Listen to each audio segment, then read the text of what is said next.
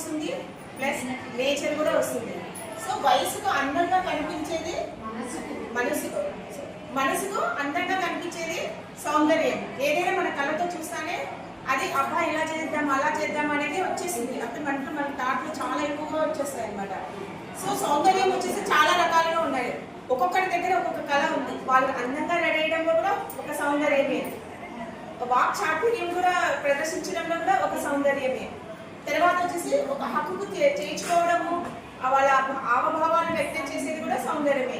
అలాగే ప్రకృతిలో కూడా మనకు న్యాచురల్గా వచ్చినవి కూడా ఉన్నాయి. వాటి కూడా అవి వాళ్ళు యూజ్ చేసుకొని ప్రదర్శించేది విధానం కూడా సౌందర్యమే. సో అలంకరణ కూడా సౌందర్యమే.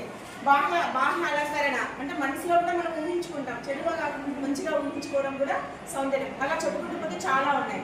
సో మేము ఈ సౌందర్యానికి సంబంధించిన కొన్ని ప్రదర్శన ప్రకృతి కార్యక్రమాలకు సంబంధించినవి కొన్ని ప్రదర్శిస్తున్నాం అన్నమాట. సో ఫస్ట్ వచ్చేసి రండి, అది అక్కడ ఒకటి వస్తుంది అనమాట. అదేదో మీరే చెప్పాలా. చెట్టు అనేది అందంగా ఉంటాయి కదా, అన్ని రకరకాలుగా చెట్లు ఉంటాయి. సో ఈ చెట్టు ఏం చెప్తుందో చూద్దాం. అందరికీ నమస్కారం సార్. అందరికీ నమస్కారం మేడం. నేను చెట్టును ఆక్సిజన్ను సప్లై చేస్తాను. ఆక్సిజన్ మనకందరికీ ప్రాణవాయువు, అది మనకు తెలుసు. మనం చెడులు వదిలేస్తాం, కార్బన్ డైఆక్సైడ్ వదిలేసి మనం ఆక్సిజన్ను పీల్చుకుంటాం. ఆక్సిజన్ మనకు చెట్ల నుంచే వస్తుంది కాబట్టి చెట్టు మనకు ప్రాణవాయువుతో సమానం. అదే చెట్టు పైన మనకి పక్షులు ఎదుర్కొంటే చెట్ల పైకి వెళ్ళడం, చెట్ల కింద చిన్నగా పుట్టలు పెట్టుకొని చీమలు, అట్లా చెట్టు ధనిక పేద అనే తేడా లేకుండా అందరికీ సమానంగా సేద తీరుస్తుంది. చిన్నపిల్లలకు ఉయ్యాలుగా మారి కూడా జోలపాటలు పాడడానికి తల్లికి సహాయం అందిస్తుంది. చెట్లు మనకి చనిపోయిన తర్వాత కూడా కలపగా ఉపయోగపడతాయి. బ్రతుకున్నప్పుడే మనం చెట్లను కొట్టేస్తున్నాం, కానీ ఇది చాలా తప్పు. చెట్లను కొట్టేయడం వల్ల మన జీవితాన్ని మనమే నాశనం చేసుకున్నట్టు ఉంది. కాబట్టి మనం ఎవరైనా చెట్లు కొడుతుంటే అది రాంగ్. చెట్ల వల్ల మనకి ఎన్ని ఉపయోగాలు ఉన్నాయి. చెట్ల వలన మనకు వాతావరణము ఎంత బాగా ప్రభావితం చెందుతుంది. చెట్లు లేకుంటే ఎడారి లాంటి పరిస్థితి ఏర్పడుతుంది.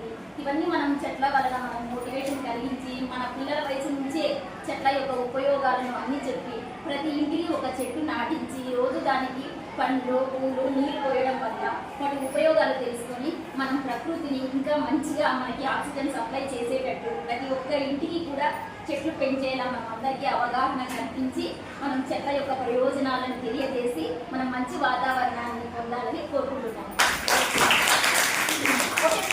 కనిపిస్తున్నాయి ఇందులో ఫ్రూట్స్,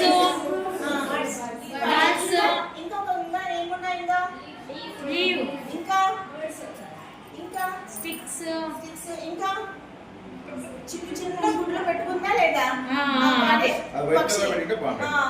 సో బాగుంది కదా. ఇది ఇన్నిటికి యూజ్ అవుతుందా లేదా? Very good. Okay, very good. Next ఇంకొకటి వస్తుంది ప్రకృతికి సంబంధించింది.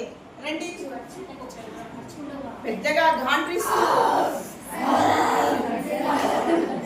నేను సింహాన్ని, నేను అడవికి రాజును, ప్రతి ఒక్క జంతువులకి పెద్ద. అవునా కదా? ఇది కూడా ప్రకృతికి సంబంధించిందే కదా మనకు. సో ఓకే, నెక్స్ట్ ఇంకొకటి వచ్చేసి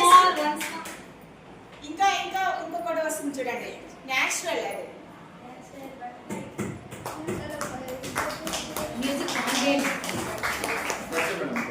అది ఓకే. ఇదేంటో తెలుసా మీకు? బటర్ఫ్లైకి వచ్చేసి ఎన్ని రంగులు ఉన్నాయో చూడండి. కానీ బటర్ఫ్లై ఏమన్నా పెట్టుకుందా? అది లేదు కదా, న్యాచురల్ గా వచ్చింది. సో నువ్వెవరమ్మా? నువ్వెవరు? నా పేరు బటర్ఫ్లై.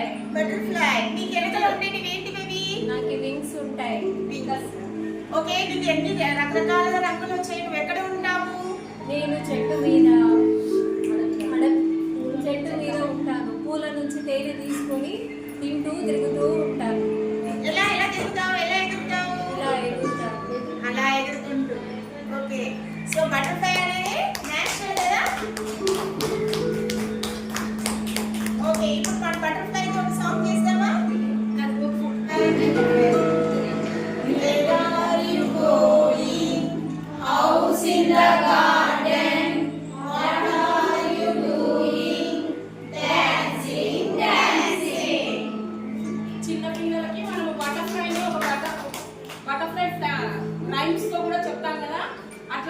మనం కొంచెం పిల్లలకి అట్రాక్టివ్గా అవన్నీ వేసుకొని చేస్తే ఇంకా బాగా పిల్లలు ఆకర్షించుకొని స్కూల్కి రావడం కూడా బాగా జరుగుతారు.